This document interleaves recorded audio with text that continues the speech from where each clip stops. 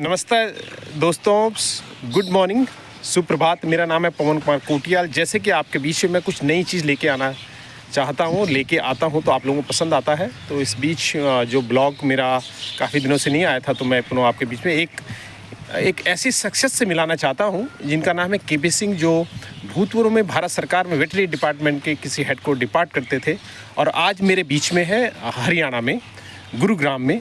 और यहाँ पे एक बहुत सारी, जिसमें 10,000 गाय लगभग यहाँ पे हैं और इनकी देख रेख करते पिछले 14 साल से। तो केपी सिंह जी, मैं आपका धन्यवाद करना चाहूँगा अपने ब्लॉग में। आप मुझे थोड़ा बताएंगे सर, कैसे आप जुड़े, कैसे आपको यहाँ अपने बारे में थोड़ा बताएंगे तो अच्छा लगेगा। एक्चुअली क्या है, यहाँ मेरे पड़ोस में मेरे रिलेटिव बच्चे रहते थे, बोले गाय मर जाती हैं यहाँ पर। तो मैं ठीक है, मैं संडे वाले दिन आता हूँ। तो यहाँ मैंने जब देखा यहाँ कोई था ही नहीं, तो गायों की दशा देख करके उसी दिन से मैंने दृढ़ निश्चय कर लिया 24 आवर्स सेवा देना शुरू कर दिया मैंने। प्रभु की प्रेरणा से, जो भी अंतरात्माओं से प्रेरणा हुई कि गायों का यहाँ कष्ट जो दूर किया जाए। नहीं तो बहुत अच्छा केपी सिंह जी। केपी सिंह, मैं अपने बारे में बताना चाहूँगा थोड़ा सा। मैं भी ऐसी प्रकृति की जब विडम्बनाएँ होती हैं, जो कुछ दिल में कशिश होती है, तो जब कशिश बाहर आती है तो ऊर्जा के रूप में सकारात्मक बाहर वो प्रदर्शित होती है। जो केदारनाथ डिसास्टर 2013 में 50,000 लोग जो काल कल्पित हो गए थे अचानक 16 जून को, तो मैं उनकी श्रद्धा में, क्योंकि हिमालय में ऐसी सुनामी आ गई और ऐसा दर्दनाक हादसा हो गया। हादसे होते हैं, टल जाते हैं और लोग भूल जाते हैं। तो उसको यादगार बनाने के, कि हिमालय में ऐसी चीज़ें न हो दोबारा, उसका क्या रीज़न था, क्या समझने का, एक हमें आध्यात्म से आधुनिकता की तरफ लाने का जो हमारा प्रयास है, उसमें मैं कल्पवृक्ष, सीतासु, कदम कुंज, आम, आंवला, बट वृक्ष और केदारनाथ स्मृति वन के नाम से पूरा प्रायोजन चलाता हूँ। तो आपसे मिलकर मुझे बहुत अच्छा लगा, बहुत खुशी भी कि आप इतने बुजुर्ग होने के साथ भी बहुत यंग महसूस हो रहे हैं। और आपकी जो ऊर्जा है, मुझे लगता है इन गायों से ही आपको आई हुई है। आइए मेरे साथ में। इसमें मैं थोड़ा सा और बताना चाहूँगा कि जी, क्योंकि मैं थोड़ा देव संस्कृत विश्वविद्यालय शांति कुंज से जुड़ा हुआ हूँ। तो गुरुदेव के जो शब्द मैंने अखंड ज्योति में कुछ पढ़े थे कि ये आपका स्थूल शरीर है, इसके बाद जब आप जो सूक्ष्म शरीर में जाएंगे तो ऐसा कुछ नहीं है, उसके बाद सूक्ष्म जगत में भी हमें उत्तम स्थान मिलेगा। तो आत्मा मान लो साकार स्थूल शरीर में विराजमान है, उसके बाद सूक्ष्म जगत में विराजमान रहेगी। तो हमारा जो भी स्मृति वन वगैरह है, वो जितनी सूक्ष्म आत्मा है, वो उनको शांति मिलेगी वहाँ पर। बहुत और मृत्यु तो ऐसा निश्चित है। और इसको तो ऐसा समझो कि जैसे पुराना कपड़ा उतार दिया जाता है, ठीक उसी तरह से आत्मा जो है इस शरीर को त्याग करके नया शरीर को त्याग कर लेती है, या अपना प्रभु के धाम में जो है निवास करती है, प्रभु के नज़दीक स्थान मिलता है। बहुत शानदार। आपने शांति कुंज की बात की, मैं भी शांति कुंज से संबंध रखता हूँ और वहाँ पे अपनी सेवाएं देता रहता हूँ। और मुझे ऐसा मौका मिलता है, मुझे एक माध्यम हूँ मैं इस चीज़ का, क्योंकि एक अच्छे कार्य करने की कोई समयबद्धता नहीं होती, कोई उम्र नहीं होती है। अगर आपको कोई कार्य करने में अच्छा लगता है, वो काम जरूर कीजिए। मैं भी शांति कुंज से हूँ, वहाँ पे भी मैं जाता रहता हूँ और वहाँ बहुत सारे विद्यार्थी आते रहते हैं हमारे संपर्क में। उनको हम अपने प्रकल्प से उन्हें जोड़ते हैं। मैं पर्यटन का शोधार्थी हूँ सर। तो पर्यटन के माध्यम से प्रकृति, संस्कृति और पर्यटन को कैसे हम लोग एक साथ लाएं, और ऐसे जो महान कार्य जो आप लोग कर रहे हैं, ये देखिए इतनी सारी गाय और ये लोग यहाँ पे आए हुए हैं और इनका फीडिंग कर रहे हैं। तो ये कुछ से कुछ तो बात है इस चीज़ में कि लोग अपने माध्यम से ये गायों को कुछ खिला रहे हैं और ये गाय बड़ी शानदार यहाँ पे एंजॉय कर रही हैं। और प्रकृति में देखिए, उधर से कुछ पशु पक्षी भी हैं, कौवे हैं और छोटी छोटी जो गाय हैं, ये भी इधर है। आइए केपी सिंह जी, आइए मेरे साथ में, आइए सर।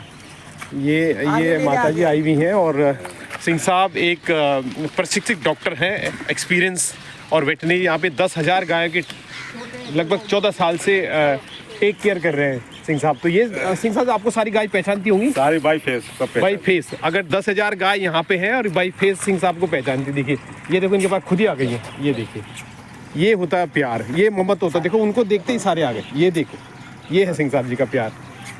वाकई में है, जो बोलते ना, जननी जन्म भूमस्य स्वर्गादपि गरेसी, माँ और मातृभूमि स्वर्ग से बढ़कर होती है।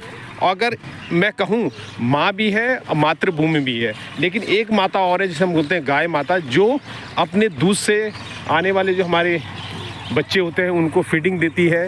हालांकि भारत में दूध की वैसे भी थोड़ा कमी है, जो पूर्ति नहीं कर पाते हैं, लेकिन वो चीज़ यहाँ पे प्रयास किया गया। छोटे छोटे देखो ये गाय, इस सिंह साहब को देखते हुए ये आ गई है। देखो ये देखिए, ये आ रही है, ले, ये छोटी छोटी गाय है और ये देखिए ये आराम से बछड़े हैं, ये कार्य चल रहा है और चारों तरफ से ये ट्रॉली है और ये जो पशु पक्षी देखिए ये पक्षी भी हैं, पशु पक्षी हैं, कबूतर हैं, उनकी आवाज़ चहचहाट करवत से ही आदमी को एक नेचर की तरफ खींचती है। मुझे महसूस नहीं हो रहा है कि मैं इसमें गुरुग्राम में हूँ और इस गौशाला में मुझे सौभाग्य दिया है परमात्मा ने और प्रकृति ने, और यहाँ आने का मुझे पर्यटन का मुझे आभास हुआ। तो मैं आप सभी को और सिंह साहब की तरफ से और अंतर्राष्ट्रीय वन दिवस के उपलक्ष्य में आप सभी को शुभकामनाएँ देता हूँ। और हरियाली, हरी और अली जब मिले तो हरियाली होती है, तो हरियाली को अगर आप अपनाएं, एक पेड़ लगाएं तो उसमें ब्रह्मा विष्णु महेश सब, जड़ में ब्रह्मा होता है, तने में विष्णु और पत्तियों में शिव का निवास होता है। तो एक पेड़ अपने नाम, अपनों के नाम, अपनी स्मृति में, अपने जन्मदिन में, अपने बच्चों की यादगार में, अपनी शादी पे, ब्याह पे। और एक बार भैया आइए एक बार, इनका बर्थडे भी है आज। ये एक नौजवान है, जो नौजवान जो पीढ़ी है जो अपने बर्थडे पे यहाँ पे फीडिंग करने आई है गाय माता को। ये एक प्रकृति का ही एक वो है, एक देन है, एक विचार है इनका। तो बेटा आप अपने बर्थडे पे कुछ मैसेज देना चाहेंगे अपने जैसे युवाओं को जो फेसबुक, इंस्टाग्राम और ट्विटर पे अपना टाइम व्यस्त करते हैं और रील घुमाते रहते हैं घंटों घंटों, तो कैसे नेक कार्य में जोड़ा जाए उनको? पहले तो भगवान का नाम लीजिए। ये सब हम भी जो कर रहे हैं भगवान के उससे ही कर रहे हैं। जी जी। एंड अपने विचार अच्छे रखिए एंड गौ माता की सेवा करिए जितनी हो सकती है। बहुत शानदार। बस। तो आपका पूरा नाम? रागम कंबोज। राधम को रागम कंबोज। रागम है? रागम। तो इनका जो जीवन का है, इनका राग बहुत अच्छा जाए, भगवान से मैं यही प्रार्थना है। और मेरे जीवन में ये जैसे संगीत के सुर निकलते हैं वैसे इनकी सफलता उच्च शिखर पे जाए। रागम जी आपको बहुत बहुत धन्यवाद आपके जन्मदिन पे। और मेरा जो प्रकल्प है, आप एक पेड़ अपने जन्मदिन पे जरूर लगाएं। ये तो करते रहे, तो एक पेड़ भी जरूर लगाएं। हर साल एक पेड़ लगाएं। पेड़ लगाना ही जरूरी नहीं, उसे पालना भी बहुत जरूरी है गाय की तरह, ठीक है? तो पेड़ लगाएं और वो फलदार वृक्ष लगाएं, जिससे कि पशु पक्षी चिड़िया है जिनका कि कोई मकसद नहीं, तो उनकी जॉब नहीं होती पशु पक्षियों की, चिड़िया की, वो फल लगे होते हैं, फूल लगे होते हैं, उन्हीं से रस चूसती हैं, उन्हीं से फल खाती हैं और अपने जीवन आगे बढ़ाती हैं। तो जो निष्पक्ष और जो निस्वार्थ भाव से गमन, जो चिरगमन, क्योंकि 84 लाख यूनियाँ हैं, 1.25 लाख पर्वत हैं, 33 प्रकार के इज्म हैं। अगर इस चीज़ को हम ध्यान में रखें और प्रकृति के लिए भी सोचें, तो प्रकृति, पर्यटन और संस्कृति को हम कैसे आगे बढ़ा सकते हैं कि आपके माध्यम से आपका ये विचार ब्रह्मांड में जाए और इस ब्रह्मांडीय में जो ऊर्जा है सकारात्मक रूप से इस प्रकार बहे और सभी पशु पक्षियों को, सबको जीवन मिले और सबको रोजगार मिले, अन्न मिले और भोजन मिले। जय भारत। ओम नमः शिवाय। प्रणाम प्रकृति एंड पर्यटन।